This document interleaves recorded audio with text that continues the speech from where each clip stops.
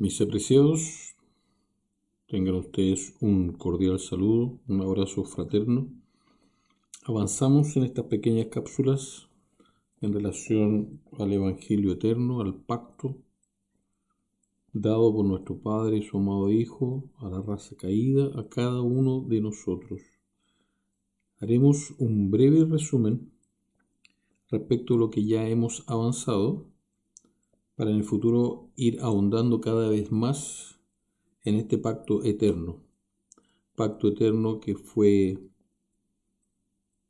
escrito por Elliot J. Waggoner y forma parte del precioso mensaje entregado por Dios a su amado pueblo para el tiempo del fin.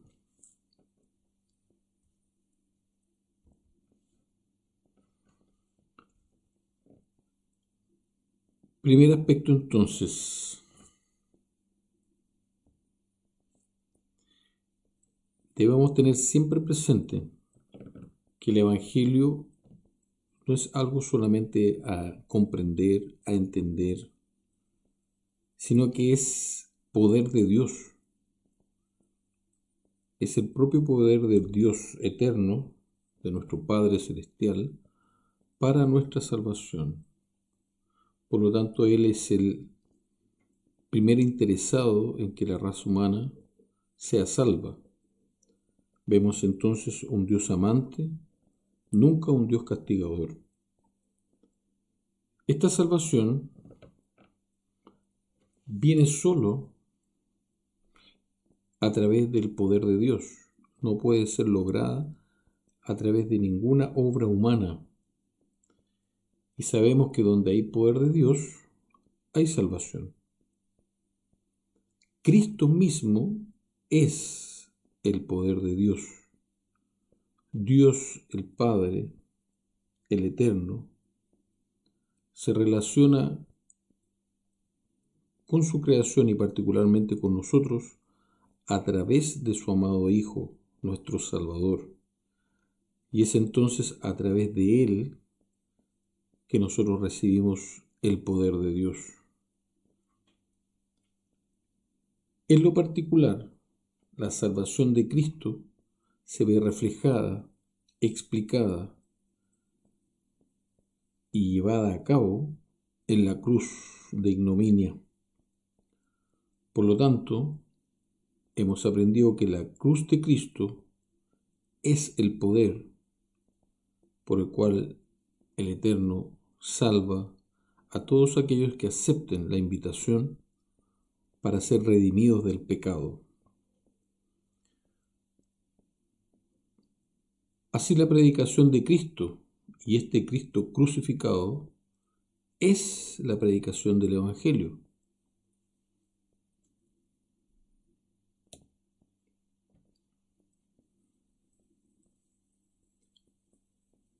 Cuando decimos que el Evangelio es el poder de Dios, que Cristo es el poder de Dios, no estamos diciendo nada menos que es el poder por el cual fueron creadas todas las cosas.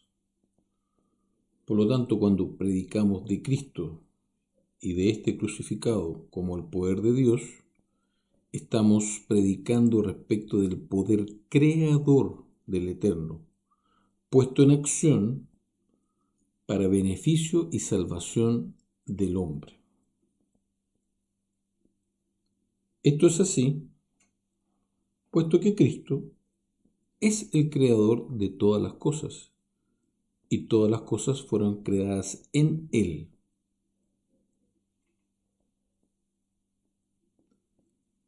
Aún más, como acabo de recalcar, en Cristo fueron creadas todas las cosas. Él es el primogénito de toda la creación, como lo establece Colosenses 1:15. Y a diferencia de la fe, de la creencia en un Dios trinitario, donde el Padre, el Hijo y el Espíritu Santo son coeternos, por lo tanto están jugando a el rol de Padre, el rol de Hijo y el rol del Espíritu Santo, la Sagrada Escritura establece con toda claridad que Cristo es el primogénito de toda la creación, puesto que Él es el unigénito, el único engendrado, al inicio de los tiempos, en los días de la eternidad, como lo establece Miqueas 5:2. Todas las cosas, al momento de ser engendrado, fueron virtualmente creadas en Él, ya que toda creación es siempre y será en Él. La sustancia de toda creación, posible, conocida o por imaginar, está en Él. Y el poder por el que todas las cosas fueron llamadas a la existencia estaba en Cristo, porque así plujo al Padre que fuese. Esa es simplemente una declaración del misterio que solo la mente de Cristo puede comprender. Como señalábamos, Colosenses 1:15 señala: Él es la imagen del Dios invisible, el primogénito de toda creación. Es la imagen exacta, el resplandor de la gloria de alguien que no tiene principio ni fin, que es eterno, el único ser que tiene vida en sí mismo. Esa vida le fue entregada a nuestro Señor al momento de ser engendrado. Y nuestro Salvador es la imagen del Padre. Nunca lo encontraremos en un sentido contrario. Nunca leeremos que el Padre es la imagen del Hijo. Nunca encontraremos esa igualdad. Miqueas 5:2 señala: pero tú, Belén Efrata, pequeña para estar entre las familias de Judá, de ti me saldrá el que será Señor en Israel. Y atención, y sus salidas son desde el principio, desde los días de la eternidad. Tiene un inicio en los días de la eternidad, tan atrás en el tiempo, en alguna dimensión, que para el hombre es como si existiese desde siempre, sabiendo aún más que ni para el Padre ni para el Hijo el tiempo es una dimensión que los condicione, pues ellos son Señor del tiempo. Por lo tanto, en estos días de la eternidad, no podemos saber con exactitud en qué momento el Todopoderoso engendró a su amado Hijo, pero sí sabemos que sus salidas son desde el principio, desde los días de la eternidad.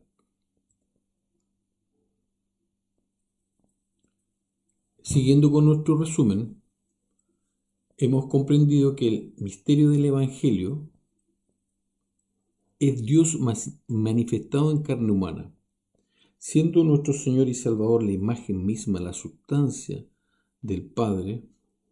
Cuando Él viene a esta tierra y se manifiesta en naturaleza pecaminosa igual a nosotros, conocemos parte del misterio de algo imposible de concebir, ni siquiera por Satanás en su inteligencia,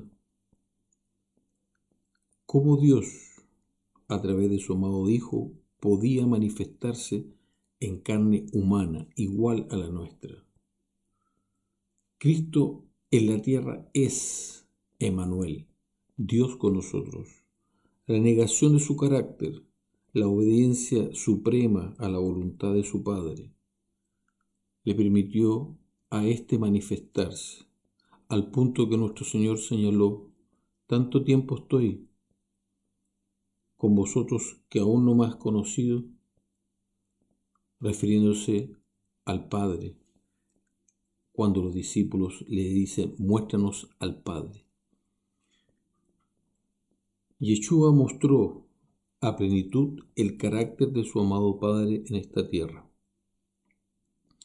Así por tanto, Cristo morando, viviendo en la mente, en los corazones de los hombres, a través de la fe, es la plenitud de Dios en ellos, en nosotros, porque en Cristo habita la plenitud del Eterno, de su Padre. Al tener al Hijo por la fe, tenemos la plenitud del Padre en nosotros. Y eso significa que tenemos el poder creador del Eterno, obrando en el hombre, en nosotros, mediante su amado Hijo. ¿Para qué? Para redimirnos, para salvarnos, para volver a tener el carácter con el cual fuimos creados, un carácter que reflejaba plenamente al Creador. Si alguno está en Cristo, nueva criatura es, como lo establece 2 de Corintios. De modo que si alguno está en Cristo, nueva criatura es. Las cosas viejas pasaron, y aquí todas son hechas nuevas. Como dice Efesios 2:10, porque somos hechura suya, creados en Cristo Yeshua para buenas obras, las cuales el Eterno Dios preparó de antemano para que anduviésemos en ellas.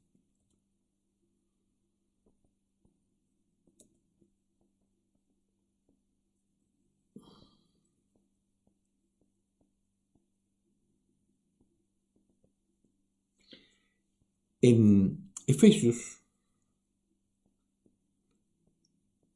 encontramos muchos aspectos del misterio de la revelación del Padre a través del Hijo en carne humana. La revelación del carácter y la revelación del poder de Dios para salvación de nosotros. Leamos Efesios capítulo 1, versículo 3 al 20. Y encontraremos algunos aspectos que debemos puntualizar. Mucha atención.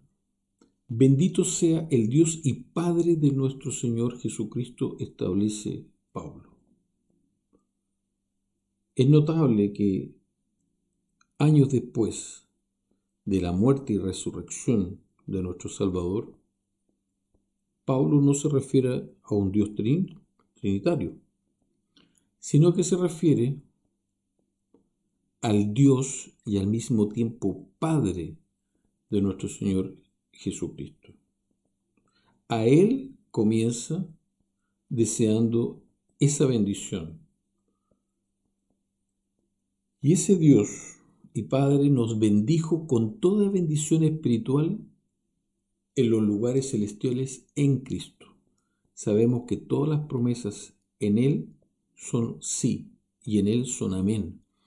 Toda bendición que nos pueda ser entregada está en nuestro Salvador. Según nos escogió el Padre, en Él, en Cristo, antes de la fundación del mundo, para que fuésemos santos y sin mancha delante de Él. El Evangelio te invita a dejar de pecar, te invita a la santidad, te invita a ser santo y sin mancha delante del Eterno, porque Él te dará el poder para que seas una nueva criatura. No solo nos salva del pecado, sino que nos permite vencer el pecado. Versículo 5. En amor, habiéndonos predestinado para ser adoptados hijos suyos por medio de Yeshua HaMashiach. Nosotros somos declarados hijos, somos reconciliados con el Padre, el Eterno, por medio de el propio Hijo engendrado del Padre. según el puro afecto de su voluntad. No hay una voluntad de tres en este versículo que estén concordando para la salvación del hombre, sino que es el puro afecto de la voluntad del Dios y Padre de nuestro Señor, para alabanza de la gloria de su gracia, con la cual nos hizo aceptos en el amado. Ahí entonces este deseo de desearte la bendición en el amado, porque nosotros somos aceptos ante el Padre, el Eterno, en su amado Hijo, en el amado, en quien tenemos redención por su sangre y perdón de pecados según la riqueza de su gracia, que se hizo sobreabundar para con nosotros en toda sabiduría e inteligencia, dándonos a conocer, y aquí el punto, dándonos a conocer el misterio de su voluntad. Para los creyentes, la voluntad del Padre, el Evangelio, la revelación de su amado Hijo, es un misterio revelado, Cristo en el hombre, según su beneplácito, el cual se había propuesto en sí mismo de reunir todas las cosas en Cristo, en la dispensación del cumplimiento de los tiempos, así las que están en los cielos como a las que están en la tierra.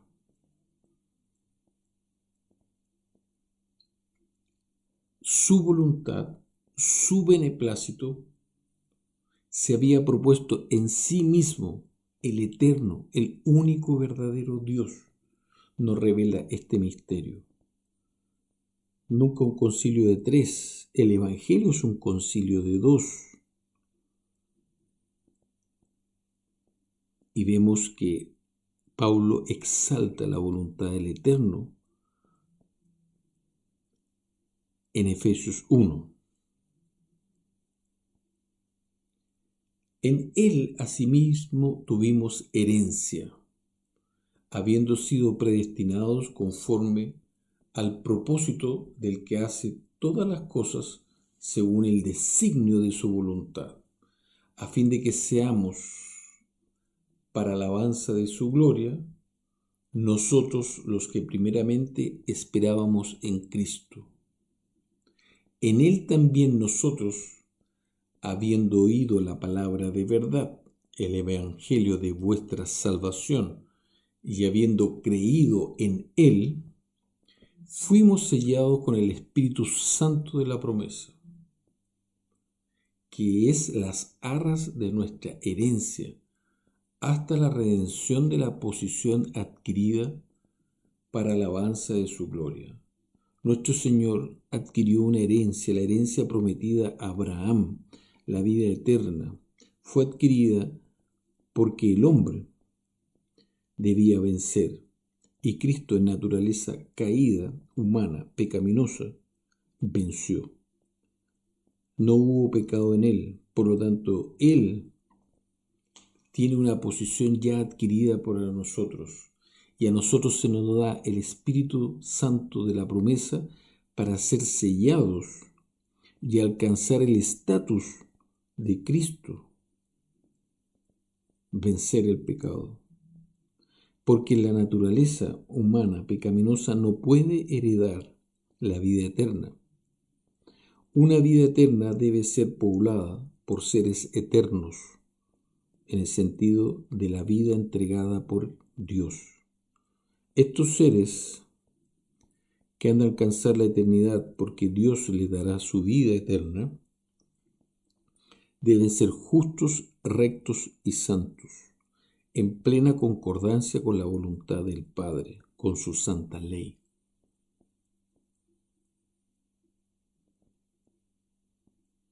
A fin de que seamos para alabanza de su gloria, nosotros los que primeramente esperábamos en Cristo. En él también, habiendo oído la palabra de verdad, el evangelio de vuestra salvación, y habiendo creído en él, fuimos sellados con el Espíritu Santo de la promesa, que es las arras de nuestra herencia hasta la redención de la posición adquirida para alabanza de su gloria. Por esta causa también yo, habiendo oído de vuestra fe en el Señor Yeshua y de vuestro amor para con todos los santos, no ceso de dar gracias por vosotros, haciendo memoria de vosotros en mis oraciones. Nuevamente, recalca Pablo, para que el Dios de nuestro Señor Jesucristo, el Padre de gloria, os dé espíritu de sabiduría y de revelación en el conocimiento de Él. ¿Quién debe darnos el espíritu de sabiduría y de revelación de conocimiento de Él? El único Dios verdadero, el Dios de nuestro Señor Jesucristo, el Padre de gloria. ¿Cómo lo hace? Entregándonos a su Hijo, el único mediador, el único camino para llegar al Padre. Alumbrando los ojos de vuestro entendimiento, para que sepáis cuál es la esperanza a que Él os ha llamado y cuáles las riquezas de la gloria de su herencia en los santos, y cuál la súper inminente grandeza de su poder para con nosotros los que creemos según la operación del poder de su fuerza, la cual operó ¿dónde? En Cristo, resucitándole de los muertos y sentándolo a su diestra en los lugares celestiales. Vemos que todo exalta la voluntad del Padre, quien a través de su Hijo nos revela el misterio de la piedad.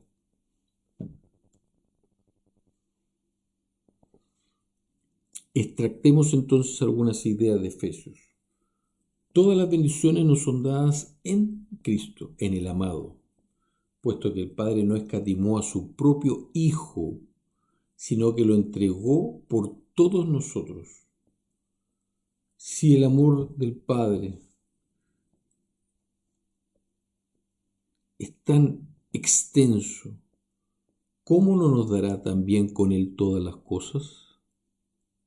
Romanos 8:32. Puedes pedir salud, trabajo, serenidad, un buen entorno familiar, social, pero debes recordar que ante todo hemos de buscar el reino y su gloria, y todas las cosas nos serán añadidas, porque en Cristo tenemos todas las bendiciones. Él es la bendición del cielo. Ese don de todas las cosas en Cristo entendemos que es congruente con el hecho de que nos escogió desde la fundación del mundo, a fin de que en Él pudiéramos obtener santidad. Dios no nos ha puesto para ira, sino para alcanzar salvación por medio de nuestro Señor Jesucristo. 1 Tesalonicenses 5:9. En esa elección, el destino elegido para nosotros es que fuésemos hijos. Por eso el Señor no se avergüenza de llamarnos hermanos. Y te muestra que el Padre te ama tanto como a su propio Hijo.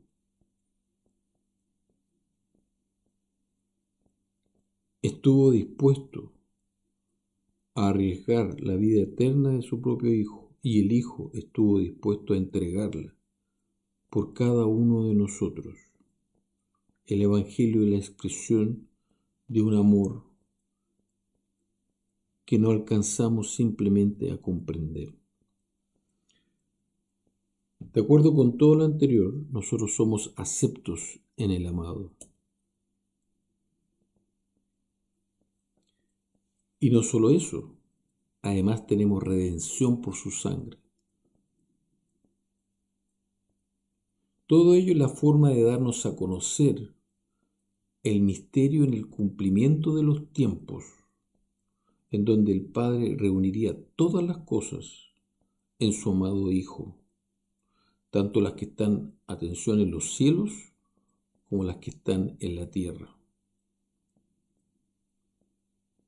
Deducimos entonces que en Cristo hemos obtenido ya una herencia, puesto que Dios hace que todas las cosas obren según el propósito de su voluntad.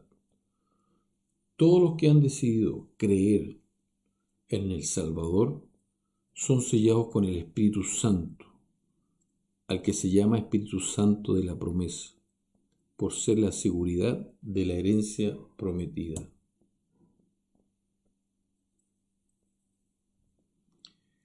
Este sello del Espíritu Santo es la prenda de nuestra herencia hasta la redención de la posición adquirida por el Salvador. Él está en los lugares celestiales, Él está a la diestra de Dios Padre, Él está en el lugar santísimo, intercediendo por nosotros, ofreciendo su sacrificio por cada alma que desee borrar sus pecados de los libros que atestiguan de nuestra condenación. Y así también Él está con nosotros y en nosotros, haciendo que cada pecado no sea solo borrado en los libros, sino también que sea expulsado del santuario que representa cada uno de nosotros. ¿O acaso ignoráis que soy templo del Espíritu Santo, en donde nuestro Salvador desea morar a plenitud, como lo hace en el cielo? ¿Acaso ignoramos que Él desea hacer una obra en donde expulsa el pecado y nos permita vivir en santidad? Porque Él ya lo logró, y como Él lo logró, nos ofrece su fe, su dependencia del Padre, para vencer acá en la tierra. Por lo tanto, no entristezcamos al Espíritu Santo del Eterno, con el cual fuisteis sellados para el día de la redención. Los que tienen el sello del Espíritu saben cuáles son las riquezas de la gloria de la herencia que Cristo adquirió para nosotros. Y esa herencia se hace ahora una propiedad, como si estuviésemos viviendo la vida eterna ya a través del Espíritu. En ello vemos que el Evangelio encierra una herencia. De hecho, el misterio de Dios es la posesión de la herencia, ya que en él hemos obtenido precisamente la herencia de la vida eterna, la cual le fue prometida a Abraham.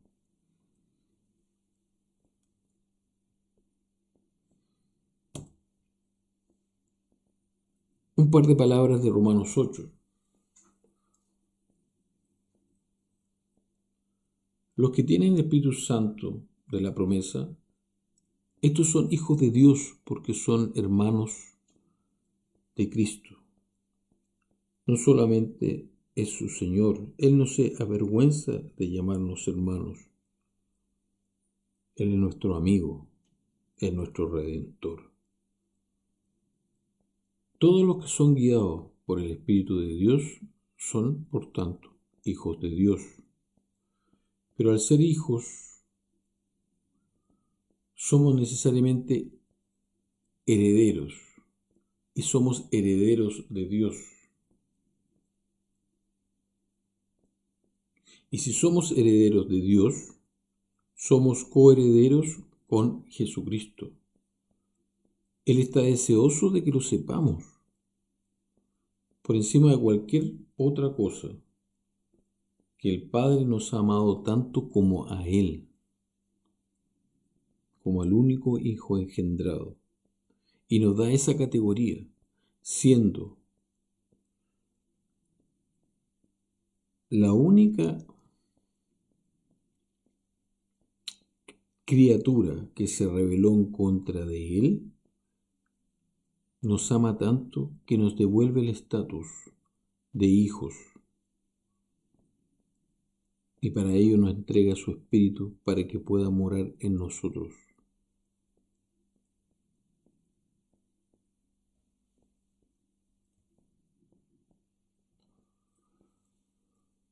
¿De qué eres heredero juntamente con Cristo? Lo interesante es que el versículo de 8 dice que somos herederos de Dios y coherederos junto con Cristo. Hay un Dios, el Padre, el cual es poseedor de todas las cosas y por tanto las puede dar en herencia. ¿Y de qué somos herederos? Al estar en Cristo, de todo lo que el Padre entregó a su Hijo, es decir, de toda la creación. Hebreos 1:2 dice, en estos postreros días nos ha hablado por el Hijo, a quien constituyó heredero de todo, y por quien asimismo hizo el universo. Y Apocalipsis 21:7 señala, el que venciere heredará todas las cosas, y yo seré su Dios, y él será mi hijo. Nosotros heredamos todo lo que proviene del único Dios verdadero. Y como todas las cosas las entregó a su amado Hijo y nosotros estamos en Él, nos hacemos coherederos de Cristo junto con Cristo y nos hacemos hijos. Más bien dicho, y me corrijo, el Padre nos hace coherederos y nos hace nuevamente sus hijos en Cristo.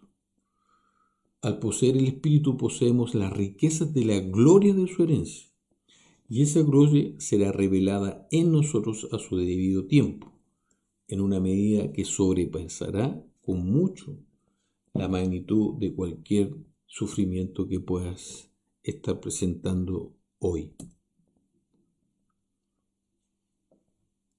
Leemos Romanos 8, del 19 al 23. Porque el anhelo ardiente de la creación es el aguardar la manifestación de los hijos de Dios. Porque la creación fue sujetada a vanidad, no por su propia voluntad, sino por causa del que la sujetó en esperanza. Porque también la creación misma será libertada de la esclavitud de corrupción a la libertad gloriosa de los hijos de Dios. Porque sabemos que toda la creación gime a una y a una está con dolores de parto hasta ahora. Y no solo ella, sino que también nosotros mismos, que tenemos las primicias del Espíritu, nosotros también gemimos dentro de nosotros mismos, esperando la adopción, la redención de nuestro cuerpo. Todos esperamos lo mismo que esta tierra, la manifestación de la segunda venida de nuestro Señor, para que nos fuera dada una corporalidad que no tenga una tendencia natural hacia el mal. Esperamos nuestra eterna vida junto al Padre y al Hijo. Ese día está cercano, está a las puertas. Basta que veas lo que te rodea, basta que veas cualquier programa en la televisión, que escuches cualquier programa en la radio, y verás claramente que estamos como los días de Noé. El Señor pronto se manifestará. Viene por su pueblo. Viene por ti si deseas aceptarlo. Viene por cada uno de nosotros, por aquellos que nos hemos acercado con fe al trono de su gracia para reclamar las promesas de tener todo el poder a nuestra disposición para poder manifestar que somos verdaderamente hijos. Y el Hijo se agrada en hacer la voluntad de su Padre. El hombre fue hijo de Dios por creación, pero por el pecado vino a ser hijo de la ira, hijo de Satanás, a quien rindió obediencia en lugar de rendírsela al Eterno. Mediante la gracia de Dios en Cristo, aquellos que creen que son hechos hijos de Dios y reciben por tanto su Espíritu, resultan así sellados como herederos hasta la redención de la posesión adquirida. Toda la creación, la cual espera también su redención cuando sea revelada la gloria de los hijos de Dios.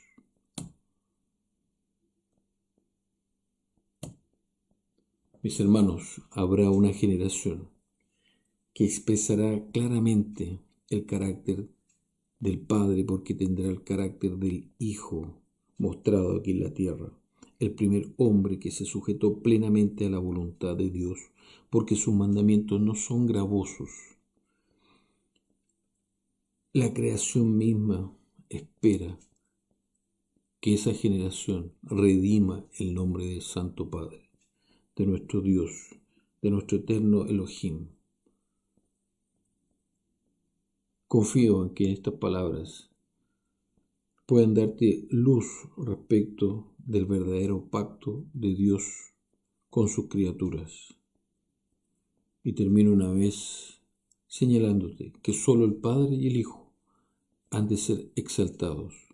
Y hoy comprendemos un poquito mejor por qué las bendiciones son siempre en el amado.